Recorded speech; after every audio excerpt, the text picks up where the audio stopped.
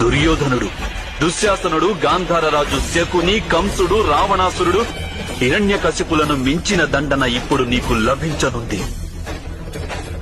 నీకు మృత్యు అంటే భయం లేదు కదా అశ్వత్థామ? నీ మృత్యువును నేను నీ నుండి తీసేసుకుంటున్నాను. నీవు అమరుడివి కావాలని నేను నిన్ను శపిస్తున్నాను. నీ శరీరంలోని అణువణువు రగులుతుంది. శరీరంలోని ప్రతి అణువు నుండి చీము, రక్తము స్రవిస్తాయి.